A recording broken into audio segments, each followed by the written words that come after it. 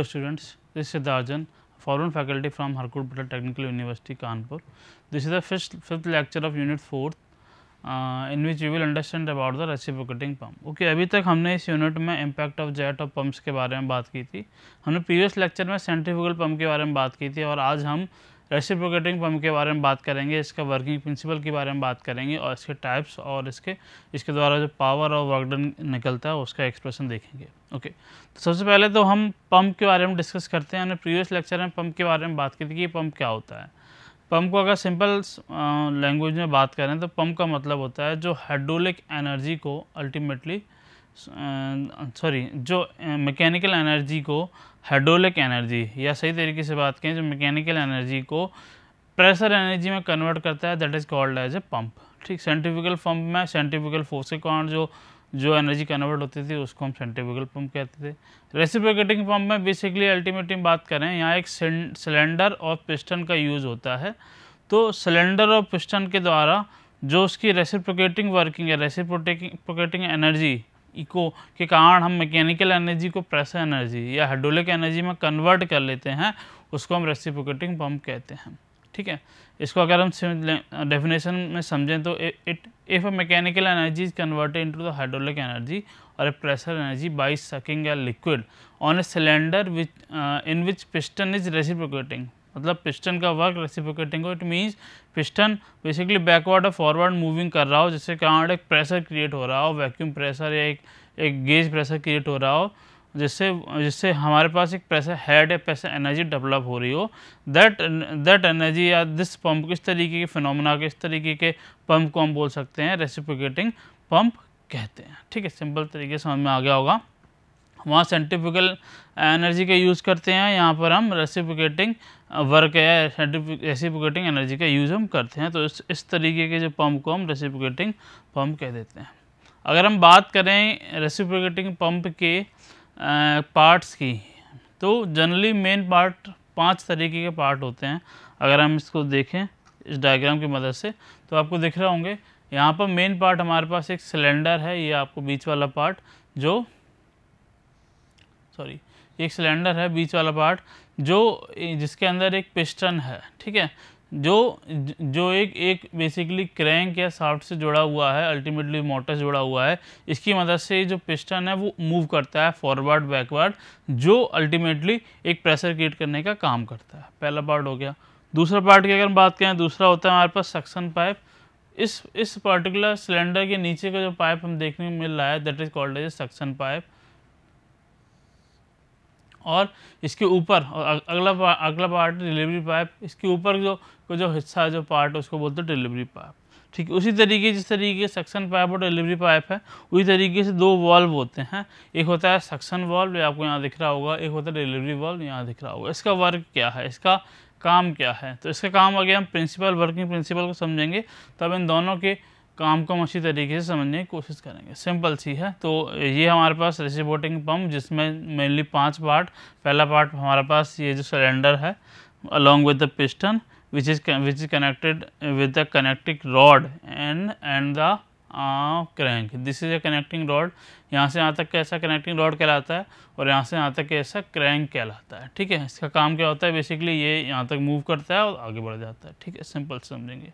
और पार्ट हमारे पास suction pipe है, डिलीवरी पाइप और सक्शन वाल्व और डिलीवरी वाल्व है. ये मेनली हमारे पास पार्ट्स हैं. ठीक है, हम जानते हैं कि सक्शन पाइप है वो सम्प लेवल पे यानी कि जिस लेवल पे वाटर होता है वहाँ पर जाता है और डिलीवरी पाइप जहाँ पे वाटर पहुँचाना होता है वहाँ तक हम इसको ले जाते हैं. नाउ अब हम इसके आगे की बात समझते हैं. अब हम इसके वर्किंग प्रिंसिपल के बारे में समझते हैं. बहुत सिंपल सी प्रिंसिपल है. ठीक है, तो ये प्रिंसिपल अगर हम ओवरऑल बात करेंगे तो एक प्रेशर क्रिएट करने का काम करता है. एटमॉस्फेरिक प्रेशर से ज़्यादा एक गेज प्रेशर क्रिएट करता है. उस गेज प्रेशर को अल्टीमेटली ले जाके गेज प्रेशर से वाटर को हेड इंक्रीज करता है और वाटर को डिलीवरी जहाँ तक पहुँचाना होता है वहाँ पहुँचा देता है. अब सिंपल वर्ड में हम इसको समझने की कोशिश करेंगे. करता क्या है, बेसिकली ये हमारे पास एक पिस्टन है. ये पिस्टन यहाँ पर वैक्यूम रहता है, सील रहता है. अब ये पिस्टन यहाँ पर है, एक फॉरवर्ड पोजीशन पर है. अगर ये पिस्टन पीछे की तरफ मूव करेगा तो एयर तो है नहीं है, तो यहाँ एक वैक्यूम क्रिएट हो जाएगा, वैक्यूम क्रिएट होने नहीं देगा तो ये वाटर ऊपर की तरफ सक होगा, मतलब ऊपर की तरफ जाने की कोशिश करेगा और ये वाटर ऊपर की तरफ जाएगा और इस सिलेंडर में फिल आउट हो जाएगा, ठीक है। देन ये पिस्टन अगेन फॉरवर्ड की तरफ मूव करेगा, तो फॉरवर्ड की तरफ मूव करेगा तो ये वाटर ऊपर की तरफ जाकर डिलीवरी चला जाएगा, ठीक है, सिंपल समझ के। लेकिन सर यहाँ पर तो वॉल्व लगे हुए हैं या वॉल्व नहीं भी होते हैं, अगर ऊपर पीछे की तरफ जाता है तो यहाँ से भी तो एयर आ सकती है, यहाँ से वाटर आएगा, और अगर अंदर की तरफ जाता है तो अल्टीमेटली वाटर नीचे भी तो जा सकता है, बिल्कुल जा सकता है। इसीलिए यहाँ पर वॉल्व का यूज़ किया जाता है, सक्शन वॉल्व और डिलीवरी वॉल्व। इसका काम क्या होता है, ये बेसिकली नॉन रिटर्निंग वॉल्व होते हैं। नॉन रिटर्निंग वॉल्व आपने सुने होंगे या आपने इन्वायरमेंट में देखे होंगे। मैं एक सिंपल सा एक बना के देख सकता हूँ आपको। नॉन रिटर्निंग वॉल्व, यहाँ एक हिंज होती है, यहाँ एक हिंज होती है और यहाँ पर एक प्लेट लगी होती है, ठीक है। और ये प्लेट केवल एक डायरेक्शन में मूव कर सकती है, यहाँ इसको सपोर्ट लगा होता है कि इससे ज़्यादा नहीं जा सकता। तो वाटर अगर यहाँ से कोई भी फ्लो यहाँ से होता है तो ये जो प्लेट है या जो वॉल्व है ये इस तरफ को मूव कर जाता है। बट अगर रिटर्न यहाँ से पानी आने की कोशिश करेगा तो ये यहाँ नहीं जा पाएगा, क्योंकि यहाँ पर ये रोक दिया गया है। तो इसको बोलते हैं नॉन रिटर्निंग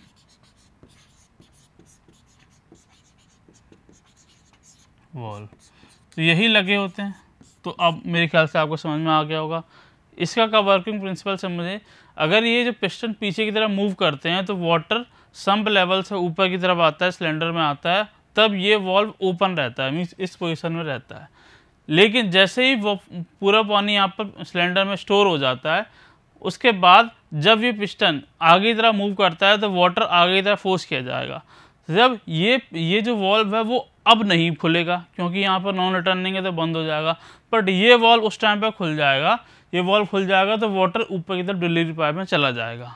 और जब सक किया जाता है वाटर को, तब ये नॉन रिटर्निंग ये बंद रहता है, कौन सा, डिलीवरी वॉल्व, और ये ओपन नहीं होता। तो इसके कारण हमारा वाटर बेसिकली अच्छी तरीके से काम करता है और डिलीवरी पाइप तक वाटर पहुंच जाता है, ठीक।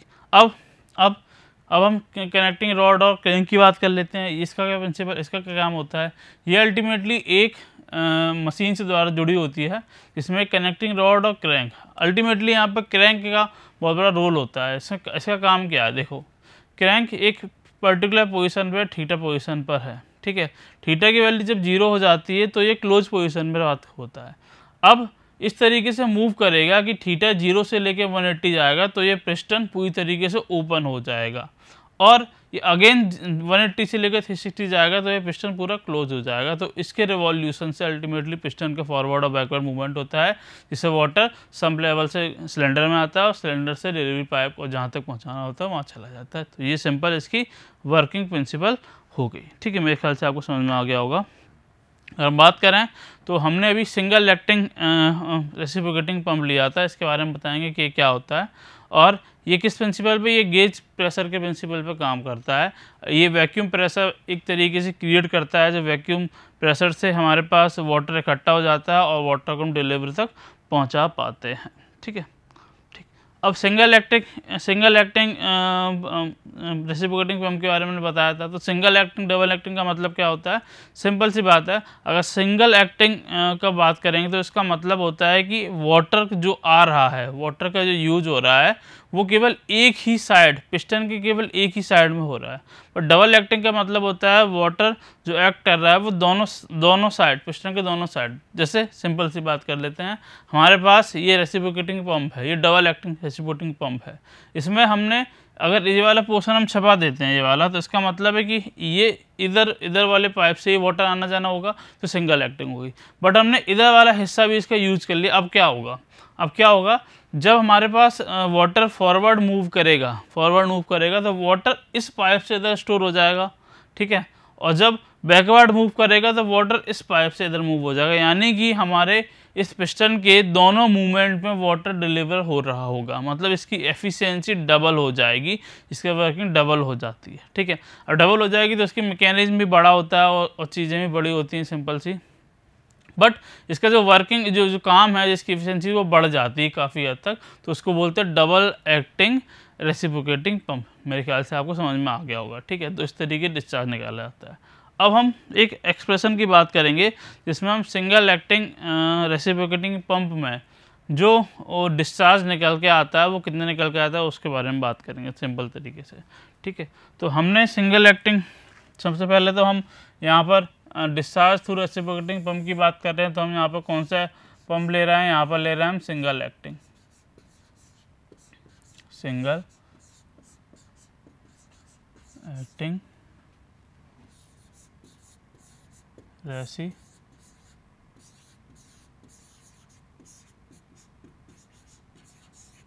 रेसिप्रोकेटिंग पंप, ठीक ठीक। अब स्टार्ट करते हैं। हम मान लेते हैं कि जो डायमीटर है सिलेंडर का डी है, तो यहाँ पे कुछ एज्यूम्पशन कर लेते हैं। Let D is diameter of cylinder,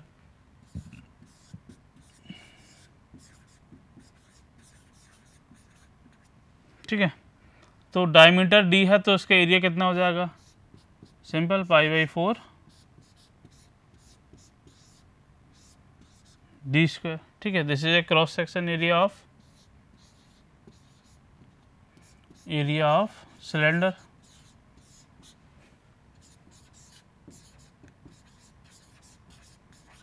okay cylinder.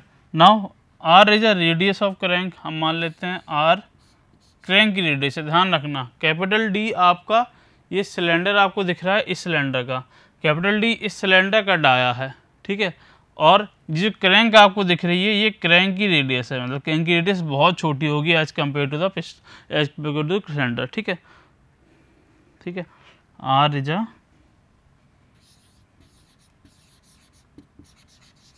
Radius of crank, ठीक है। N is the RPM of crank, RPM का मतलब क्या होता है, revolution per minute, RPM of crank. N का मतलब क्या होता है, सभी जानते हैं। एन का मतलब होता है, सॉरी आरपीएम का मतलब होता है रिवॉल्यूशन पर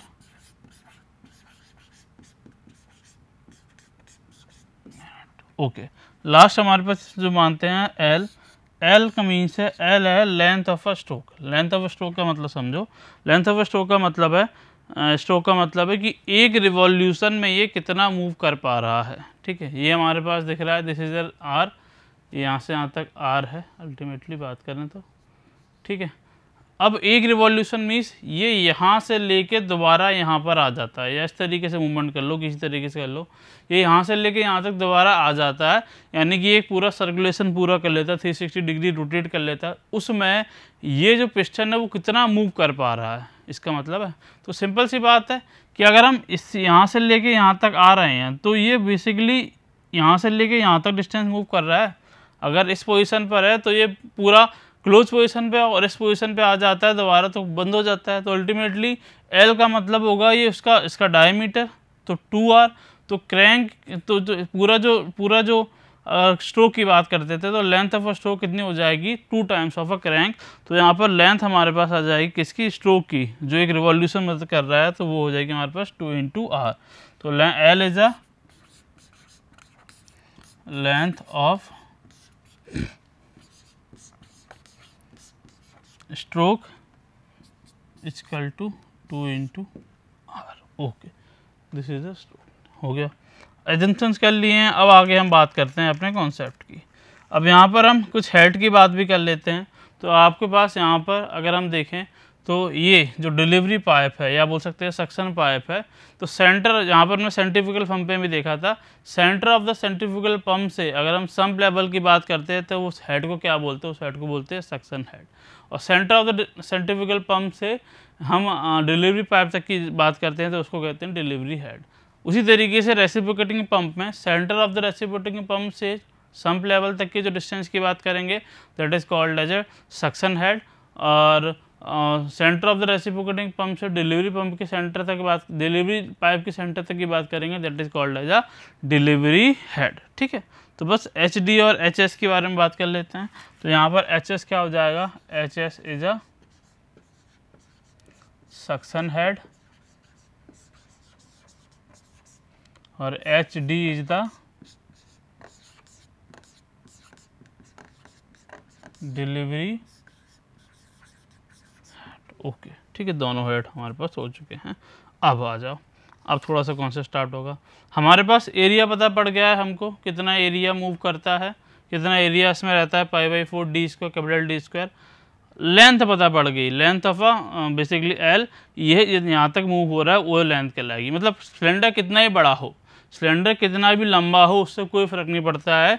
वाटर जो इसमें आ रहा होगा वो स्ट्रोक की लेंथ पर डिपेंड करेगा। अगर हमारे पास स्ट्रोक की लेंथ बहुत बड़ी है तो एक तो सिलेंडर लंबा होगा तो ज़्यादा वाटर आ पाएगा। स्ट्रोक अगर छोटा है, भले सिलेंडर चाहे कितना बड़ा हो, वो उतना वाटर उतना ही कंज्यूम कर पाएगा। तो अगर हम वॉल्यूम की बात करें कि यहाँ पर कितना वाटर वॉल्यूम इकट्ठा हो पाता है, तो उसको हम किस तरीके से बात करेंगे, उसको हम बोल पाएंगे कि इसका जो एरिया होगा into the length of a stroke is given, उसके जो बराबर होगी वो होगा वॉल्यूम ऑफ वाटर जो एक सर्कुलेशन में, एक रिवॉल्यूशन में हमारे पास आ रहा होगा। तो अगर हम वॉल्यूम की बात करें, वॉल्यूम ऑफ वाटर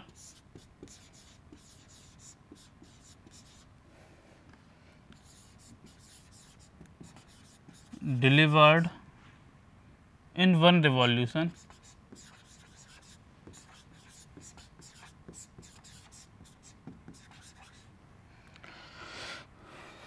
या डिस्चार्ज, हम पर सेकंड की बात कर लेते हैं। Discharge of water in one revolution,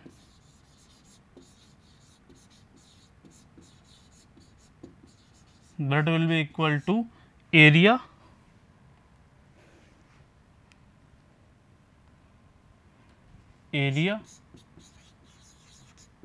into stroke length। Stroke length हमने कितनी ली है, कैपिटल एल। एरिया कितना लिया है, ए, तो ये आ जाएगा ए इंटू एल। ठीक है, बस हो गया, हमारे पास वैल्यू में डिस्चार्ज निकाल लिया। इसी तरीके से अगर नंबर ऑफ रिवॉल्यूशन की बात करें, ये एक रिवॉल्यूशन की बात हो रही है, बट अगर हम एक सेकंड की बात करते हैं, नंबर ऑफ रिवॉल्यूशन की बात करते हैं पर सेकंड, तो एक रिवॉल्यूशन, नंबर ऑफ रिवॉल्यूशन का मतलब क्या होता है, एन। और एक सेकंड में बात करेंगे तो हम मिनट में, आरपीएम का मतलब क्या होता है, आरपीएम रिवॉल्यूशन पर मिनट, इसको हम किससे नोट करते हैं, एन से। ठीक है, इसका मतलब क्या है कि number of revolution in a minute, एक मिनट में कितने रिवॉल्यूशन, कितने बार रोटेट कर पाता है। तो अगर नंबर ऑफ रिवॉल्यूशन हम एक सेकंड में बात करते हैं, नंबर ऑफ रिवॉल्यूशन इन, ये नंबर ऑफ रिवॉल्यूशन पर सेकंड में बात करते हैं,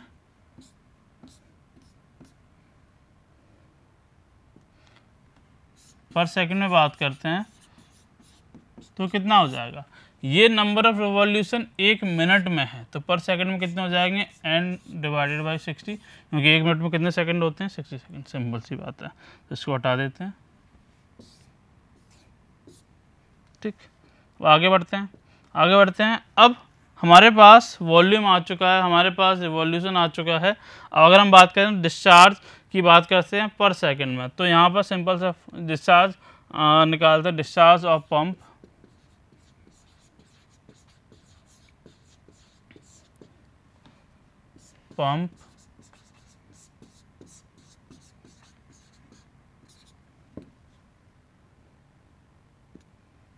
पर सेकंड, ये हो जाएगा Q क्या हो जाएगा, discharge in one revolution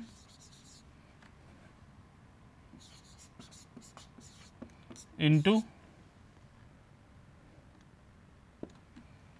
revolution into number of revolution पर सेकंड, नंबर ऑफ रिवॉल्यूशन पर सेकंड। तो एक डिस्चार्ज कितना था हमारे एक रिवॉल्यूशन में, कितना था, area into crank length. Number revolution पर सेकंड कितना था हमारे पास, n इंटू 60, तो हमारे पास ये आ जाता है ALN डिवाइडेड बाई 60। ठीक है, दिस इज द डिस्चार्ज, पहला एक्सप्रेशन आ गया। अगर हम बात करें डिस्चार्ज आ गया, अब हम बात करें वेट की। वेट का मतलब क्या होता है, डिस्चार्ज आ गया है, वेट मतलब कितना वजन, तो वेट हम निकालेंगे।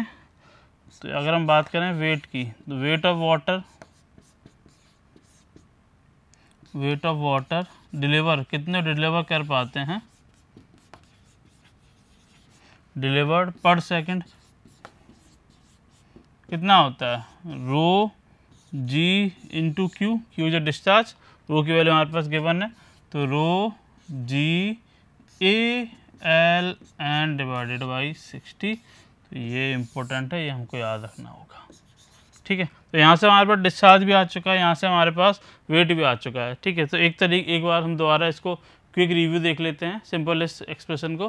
तो हमें क्या निकालना है, हमको डिस्चार्ज निकालना है या वेट निकालना है वाटर का जो पर सेकंड हम डिलीवर कर पा रहे हैं। तो हमने इसके लिए सिंगल एक्टिंग रेसिप्रोकेटिंग पंप को माना कि डी जो डायमीटर ऑफ द सिलेंडर, तो एरिया हो जाएगा π/4 D square, that is a cross section area of cylinder. R is a radius of crank, radius of crank means इसकी रेडियस,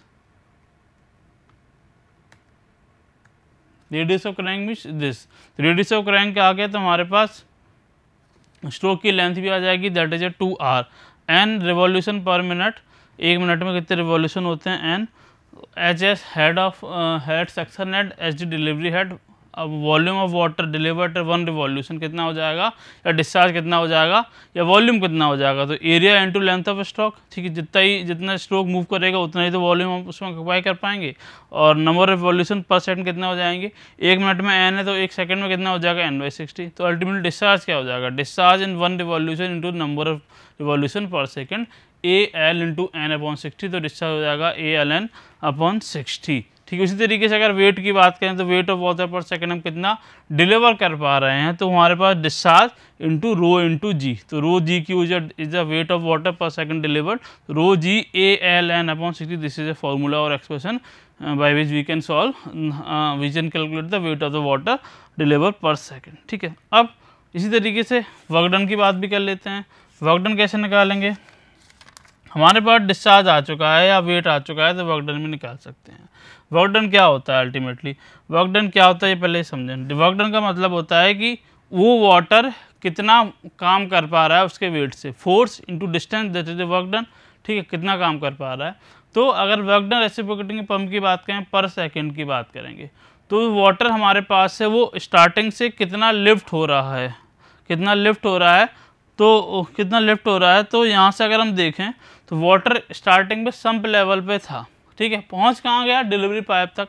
तो water का जो पर सेकंड वेट है वो यहाँ से लेके यहाँ तक कितनी डिस्टेंस कवर किया है, वो किया है suction head plus delivery head. तो सिंपल सी बात होगी, जो अगर वर्क डन की बात करेंगे तो वर्क डन कितना हो जाएगा, weight of the water lifted, work done is equal to weight of water lifted into total height,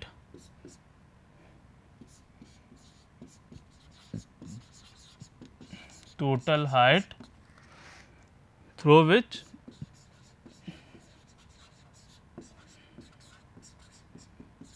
water is lifted।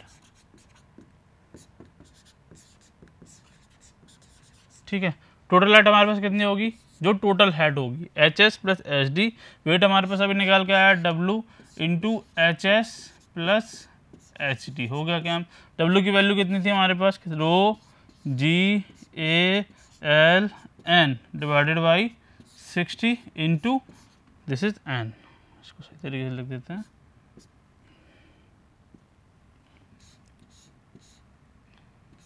HS plus HD, this is the work done. ठीक है, तो वर्क डन का expression भी आपको याद रखना है।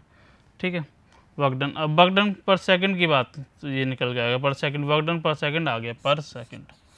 ठीक है, अब इसी तरीके से अगर हम पावर की बात करें, पावर रिक्वायर्ड, पावर क्या होता है, पावर होता है work done per second divided by 1000। तो यहाँ पर अगर हम पावर की बात करें, power equal to work done per second divided by 2000। ठीक है, सिंपल सी बात करते हैं, सारी चीज़ें पुट कर दो, रो GALN into HS plus HD divided by 60 into 1000। ठीक है, तो इसको और तरीके से लिखते हैं, rho GALN HS plus HD divided by 60,000 kilowatt. This is the power required to drive the pump in kilowatt. ठीक है, पावर भी आ चुकी है, तो यहाँ से हमारी पावर निकल चुकी है। अब स्लिप की बात कर लेते हैं। स्लिप एक नया टर्म है। स्लिप का मतलब होता है कि हम जितना चाह रहे थे, जितनी एफिशिएंसी है, जितना आउटपुट चाह रहे थे, उतना नहीं निकल पा रहा है। तो स्लिप को अगर सिंपल डिफाइन करें, स्लिप का मतलब होता है the difference between the theoretical discharge and actual discharge. अगर आइडियल केस की बात करते हैं, कोई लॉस नहीं होता है तो जीरो हो जाएगी स्लिप, बट कुछ ना कुछ लॉस होता है, कुछ लीकेज होता है। तो स्लिप की अगर बात करें, स्लिप हो जाती है theoretical discharge minus actual discharge, QTH minus Q actual. तो और परसेंटेज में बात करें तो ये हो जाएगा QTH minus Q actual divided by QTH into 100। इसमें अगर हम QTH के माइनस करते हैं तो ये हो जाएगा 1 minus Q actual divided by QTH into 100। Q actual upon QTH क्या होता है? Q एक्चुअल अपॉन QTH हम जानते हैं होता है CD कोफिशिएंट ऑफ डिस्चार्ज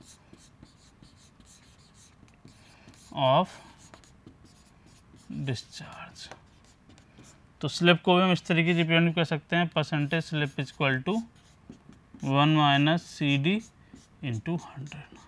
ठीक है, लास्ट में बस हम क्लासिफिकेशन की तरफ आ जाएंगे। क्लासिफिकेशन की बात करें रेसिप्रोकेटिंग पंप की, तो दो तरीके क्लासीफाई किए जाते हैं। पहले तरीके से हमने बात की थी कि ये किस तरीके से वर्क कर रहा है, पिस्टन के एक साइड दो साइड, तो उसके कारण हम सिंगल एक्टिंग पंप और डबल एक्टिंग पंप की बात कर लेते हैं। और इसी तरीके से अगर सिलेंडर भी बढ़ा देते हैं अगर हम, तो नंबर ऑफ सिलेंडर के आधार पर भी इसको डिवाइड किया जाता है। तो उसके बेसिस पे तीन तरीके से सिंगल सिलेंडर, डबल सिलेंडर और ट्रिपल सिलेंडर के रूप में हम इसको क्लासीफाई करते हैं। तो आज की क्लास में मेरे ख्याल से आपको रेसिप्रोकेटिंग पंप के बारे में सभी चीज़ें समझ में आ गई होंगी। सो ज़्यादा समझने के लिए आप RK बंसल बुक को फॉलो कर सकते हैं। Now thank you for watching.